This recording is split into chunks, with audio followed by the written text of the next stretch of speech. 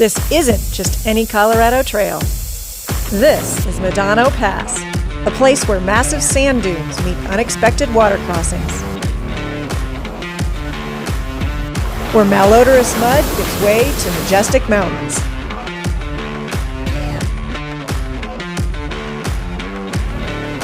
where the trail is so scenic it can even make your camera swoon.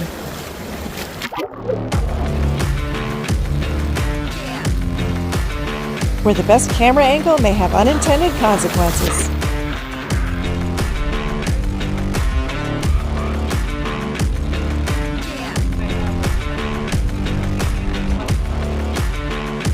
So get ready and come along for the ride.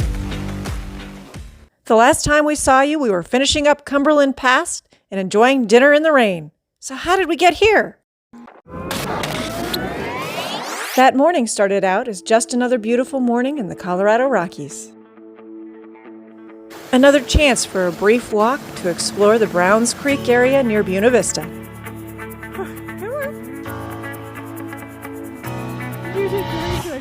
Another day to take 100 miles on pavement so we could jump to the next segment of our adventure. Another chance to stop briefly at one of those places in between while overlanding. A place like this. Zapata Falls. And then, just a hop, skip, and a jump to the majestic dunes of Great Sand Dunes National Park. But we weren't here for the dunes. We were here for this. All right, you ready? Walking in the footsteps of YouTube giants. Yes, we are.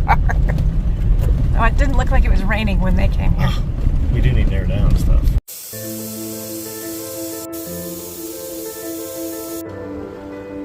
It's around 11 miles from the end of the pavement to the top of Medano Pass, and about another 10 miles from the top of the pass down the far side to the highway. The trail is rated anywhere from a 2 to a 4 out of 10. It probably really just depends on how bad the weather has torn up the road that year. Great Sand Dunes National Park takes this road very seriously, and this is the point of no return. After this, you'd better have four-wheel drive or, like this guy, four-hoof drive to keep going forward.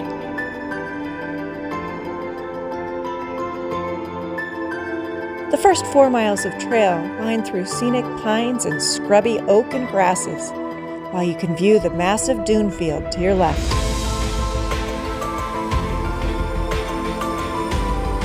If you haven't been here before, make sure to stop and take time to climb up those dunes, or even bring something to sled or ski down them.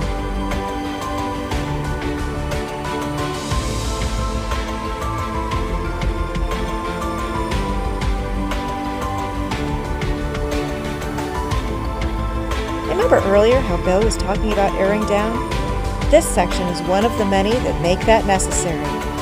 These sections of deep, soft, sifting sand, the best thing you could do is try to gather up your speed and stay on top as much as possible so you don't sink down and get stuck.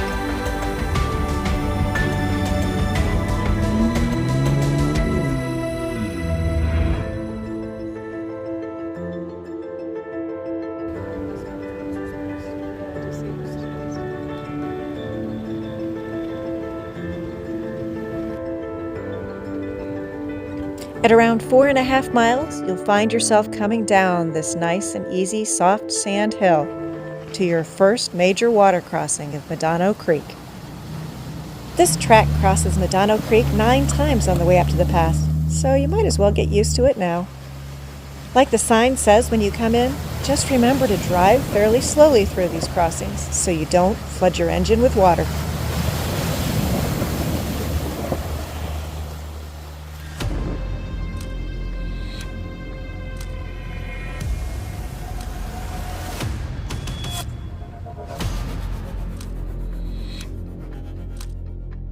After that first major water crossing, you'll find yourself leaving the massive dunes behind and entering the Great Sand Dunes National Preserve. Historically, people have been visiting the dunes in this area for thousands of years. Initially, they came to hunt the bison that lived near the dunes. In the 1600s and 1700s, The San Luis Valley was part of a travel route from the high plains to Santa Fe. It was used by the Utes, Comanches, and Spanish soldiers. All of them would have recognized the iconic landmark of the sand dunes along the trail. In 1806, 27-year-old Lieutenant Zebulon Pike was commissioned to go and explore a portion of the Louisiana Purchase. In January of 1807, Lieutenant Pike and his men crossed over the snowy mountains likely near Medano Pass and became some of the first to write about the great sand dunes. He and his men camped near the base of the dunes, and Lieutenant Pike, he climbed one of those highest dunes so that he could look out over the surrounding countryside with his spyglass. Pike later wrote that the appearance of the dunes was exactly that of the sea in a storm, except as to color, as not the least sign of vegetation existed thereon. Although many of the tracks and trails we've driven while in Colorado and New Mexico were previously mining routes or livestock routes, this particular trail was different. This trail took a long time to expand into a wagon trail because the soft sand made travel so difficult.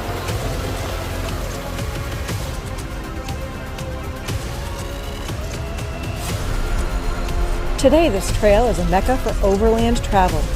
It's a perfect overnight trip on a fairly easy trail with 21 first-come, first-served campsites.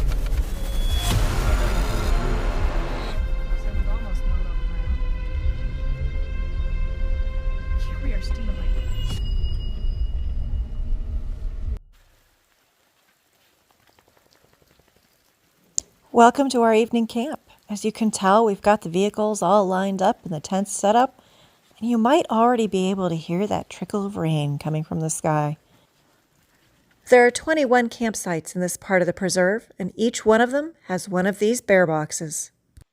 Just like the sign says, these boxes have plenty of room for your food, your dishes, your stove, and anything else smelly that a bear might find interesting. Tonight we were making dinner out of the only thing we could find to eat at that store right outside the national park. Beef franks with mac and cheese. Yep. Yeah, it's definitely. And that's why I have. You guys have med kits? Yeah. Yeah, I've got 2 in the truck. And as we ate, the rain came down. My tent's still standing up. Yeah, There's a river. there's literally a river right here. So, remember how they taught you in Scouts how to pick a spot so you didn't have a river running through your tent? This is the flat spot. Thankfully, despite the rough rain overnight, the morning dawned cool and calm. The local birds left us no doubt that it was time to get up and pack up.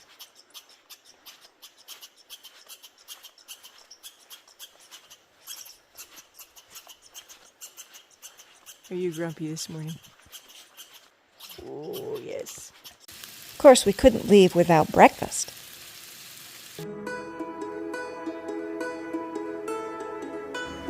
Today would be our last day on the trail. All 4 of us would be going our separate directions. Tristan flying back to Utah, Reacher driving back to Georgia, and Bill and I headed for Ohio. So today, we just wanted to savor and enjoy the trail.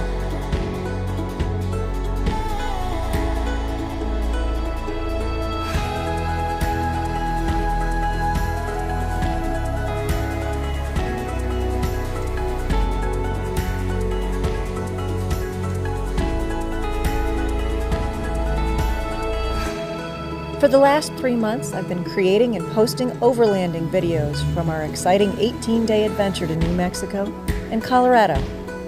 But I had to stop and pause and wonder, what exactly is overlanding? Because it means a lot of different things to a lot of different people. And where do I go for that kind of research? Why, the virtual library, otherwise known as the internet, of course. Overlanding has been called backpacking for car campers, self-reliant vehicle travel over long distances, car camping for gearheads, getting off the grid while enjoying nature, history, and time with people away from everyday distraction, vehicle-based adventure travel. The great thing about overlanding is there is no one-size-fits-all. There's no right, there's no wrong. Everybody has their own spin and style as to whether they're minimalist or whether they have all the fancy new gear. But at the end of the day, I think I agree most with this. Overlanding is self-reliant travel to remote destinations where the journey is the principal goal. So where will your next journey take you?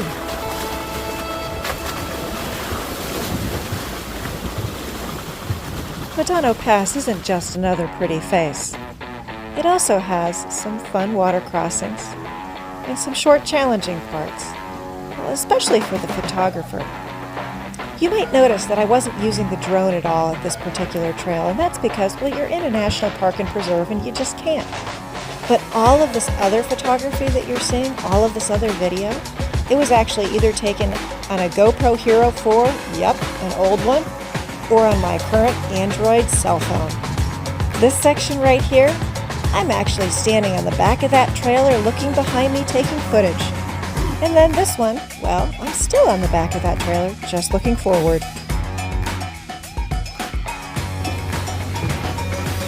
For this one, I'm actually standing on the front seat, looking out the soft top on that Jeep.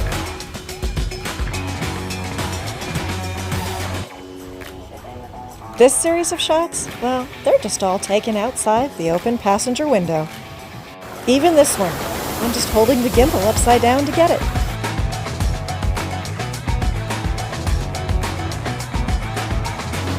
Taking videos from this perspective was a new challenge for me, because here I'm standing on the step on the side of that Gladiator and holding on with the other arm. I gotta tell you, my arms aren't really strong, and this is about as long as I could last there.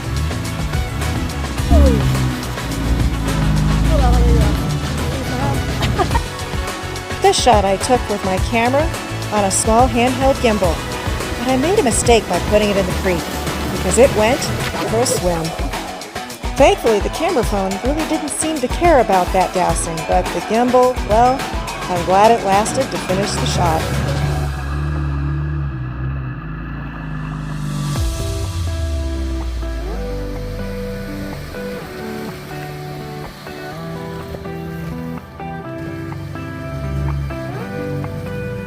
You might wonder why I'm talking so much about what I'm doing and what I'm using to film. And the answer to that is, I would encourage everybody, you've got a phone. Do you want to make memories? Do you want to have videos and photos that you can look back on of your trip? Anybody can do this. You've got the power right in the palm of your hand. You don't need a fancy camera or lots of camera equipment to create memories like this. And there are also several free apps like the one I use, Power Director, so you can put it all together. So at the end of the day, the question is, do you want to invest a little bit of time to get shots like this, even if it means getting doused completely by mud? Or don't you?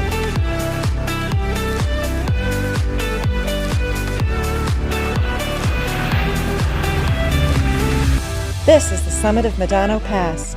No, you're not going to find epic views here, but after you leave this place behind, you will find a couple more challenges on your way down to the highway.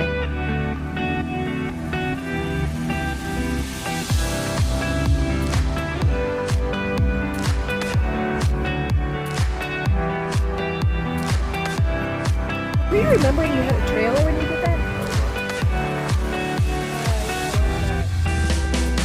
The trail over Medano Pass only takes about 3 hours to drive if you drive it straight through.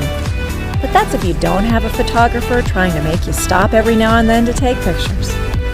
Once you come down a little bit off the far side of the pass, you'll find that the roads are much more smooth and graded and easy. But make sure you have your map, because there are several roads that go in different directions to different areas of highway.